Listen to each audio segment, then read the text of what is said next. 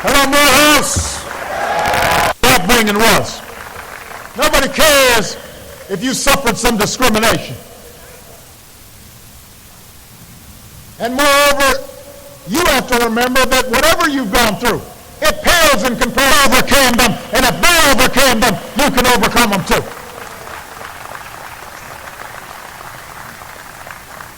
You now hail from a lineage and legacy of immeasurably strong men who bore tremendous burdens and still laid the stones for the path on which we now walk. You wear the mantle of Frederick Douglass and Booker T. Washington and Ralph Bunche and Langston Hughes and George Washington Carver and Ralph Abernathy and Thurgood Marshall and, yes, Dr. Martin Luther King Jr. These men were many things to many people, and they knew full well the role that racism played in their lives. But when it came to their own accomplishments and sense of purpose, they had no time for excuses. Every one of you have a grandma or an uncle or a parent who's told you that at some point in life, as an African American, you have to work twice as hard as anyone else if you want to get by. I think President Lay's put it even better. He said, whatever you do, strive to do it so well that no man living and no man dead and no man yet to be born can do any better.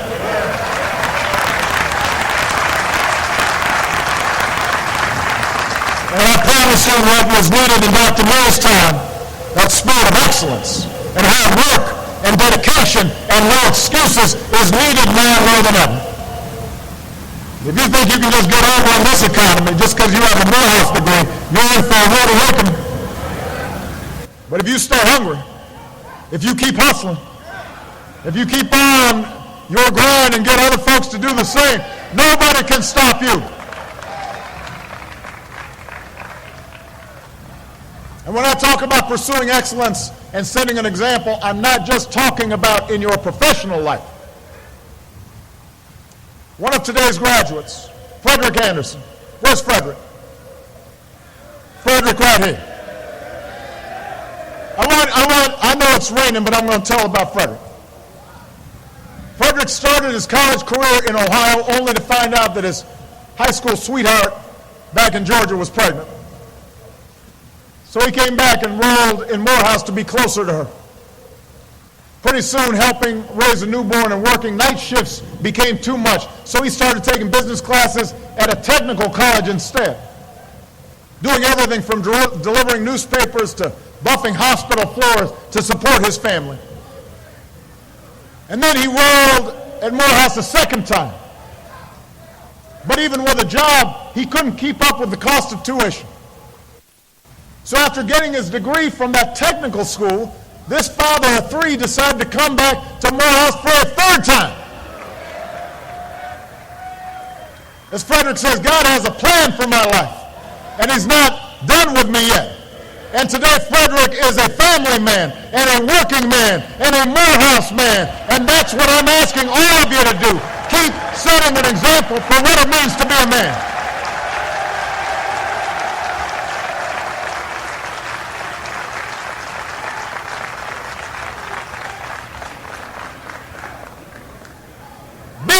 Husband to your wife,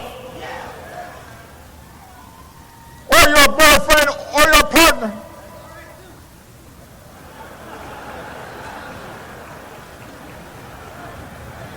Be the best father you can be to your children, because nothing's more important. I was raised by a heroic single mom, wonderful grandparents, made incredible sacrifices for me. And I know there are moms and grandparents here today who did the same thing for all of you. But I sure wish I had had a father who was not only present, but involved. Didn't know my dad.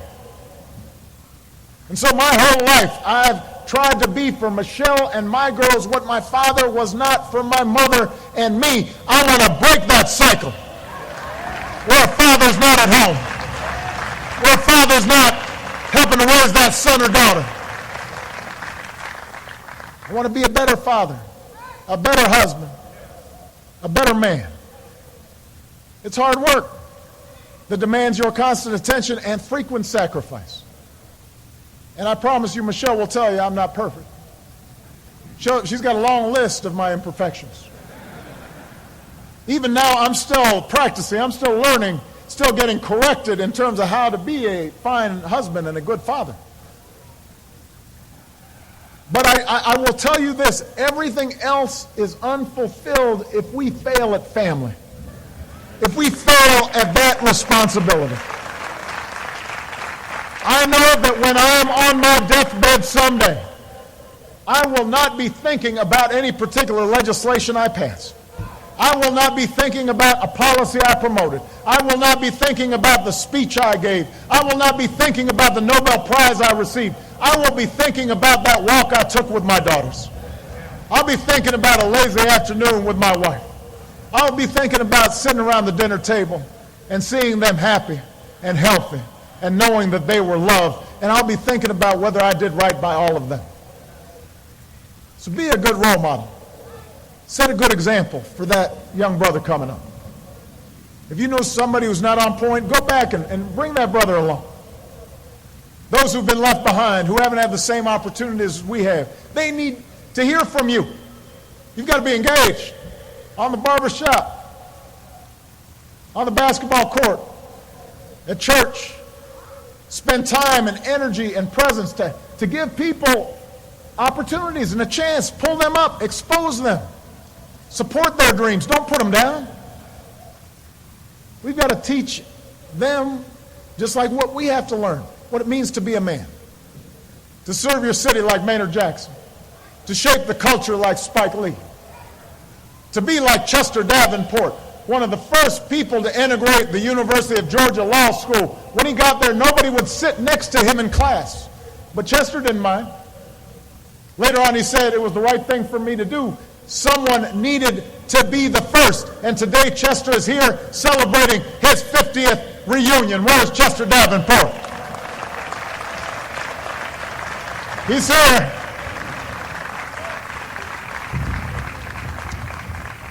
So if you've had role models, fathers like that, thank them today. And if you haven't, commit yourself to being that man for somebody else. And finally, as you do these things, do them not just for yourself, but don't even do them just for the African American community. I want you to set your sights higher. You know, at the turn of the last century, W.E.B. Du Bois spoke about the talented 10, a class of highly educated, socially conscious leaders in the black community. But it's not just the African American community that needs you. The country needs you. The world needs you. As Morehouse men, many of you know what it's like to be an outsider, know what it's like to be marginalized, know what it's like to the sting of discrimination. And that's an experience that a lot of Americans share. Hispanic Americans know that feeling when somebody asks them where they come from or tells them to go back. Gay and lesbian Americans feel it when a stranger passes judgment on their parenting skills or the love that they share. Muslim Americans feel it when they're stared at with suspicion because of their faith. Any woman who knows the injustice of earning less pay for doing the same work, she knows what it's like to be on the outside looking in. Your experiences give you special insight that today's leaders need. If you tap into that experience, it should endow you with empathy, the understanding of what it's like to walk in somebody else's shoes, to see through their eyes, to know what it's like when you're not born on third base thinking you hit a triple. It should give you the ability to connect. It should give you a sense of compassion and what it means to overcome barriers.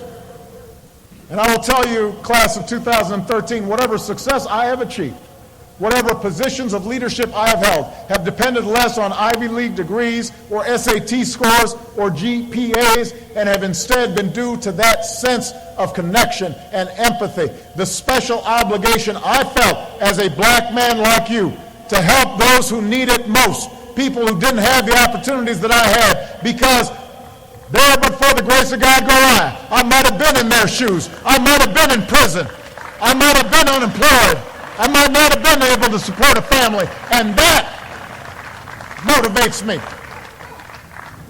So it's up to you to widen your circle of concern, to care about justice for everybody, white, black, and brown. Everybody, not just in your own community, but all across this country and around the world. To make sure everyone has a voice and everybody gets a seat at the table. That everybody, no matter what you look like or where you come from, what your last name is, it doesn't matter. Everybody gets a chance to walk through those doors of opportunity if they are willing to work hard enough. When Leland Shelton was 4 years old, where's Leland? Stand up, Leland. When Leland Shelton was 4 years old, social services took him away from his mama, put him in the care of his grandparents. By age 14, he was in the foster care system. 3 years after that, Leland enrolled in Morehouse. And today he is graduating Phi Beta Kappa on his way to Harvard Law School.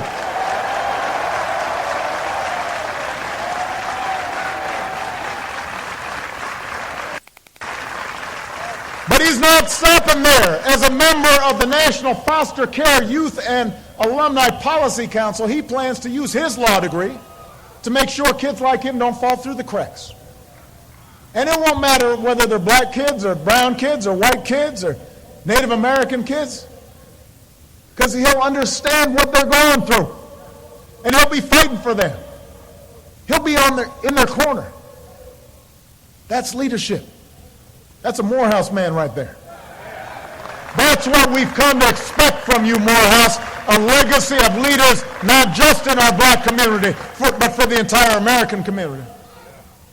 To recognize the burdens you carry with you, but to resist the temptation to use them as excuses. To transform the way we think about manhood and set higher standards for ourselves and for others. To be successful, but also to understand that each of us has responsibilities, not just to ourselves, but to one another and to future generations. Men who refuse to be afraid. Men who refuse to be afraid. Members of the class of 2013, you are heirs to a great legacy. You have within you that same courage and that same strength, the same resolve as the men who came before you. That's what being a Morehouse man is all about.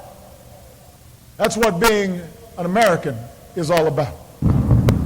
Success may not come quickly or easily, but if you strive to do what's right, if you work harder and dream bigger, if you set an example in your own lives and do your part to help meet the challenges of our times, then I'm confident that together we will continue the never-ending task of perfecting our union. Congratulations, class of 2013.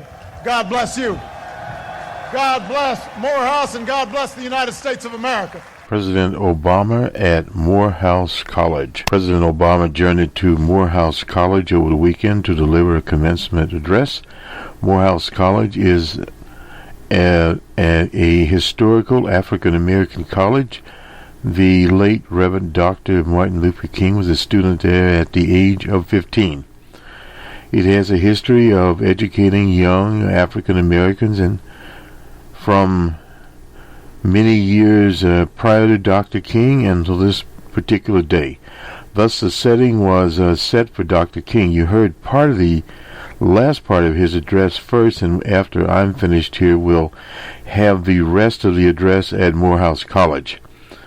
A number of things stand out for me. First of all, the historical connection, and President Obama made that with Morehouse College and the Atlanta Center in Atlanta, Georgia.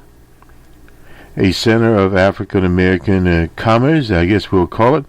Many corporations are there. The corporate climate is there. But the president correctly pointed out that although many of these people will go to corporations, what are they doing to sustain their community and their families? Now let's make one thing very clear here where we differ with President Obama, that the community is much more important than the family. And we say that because without the community there would not be a family. Now we understand historically and in some communities the family structure is very important. but as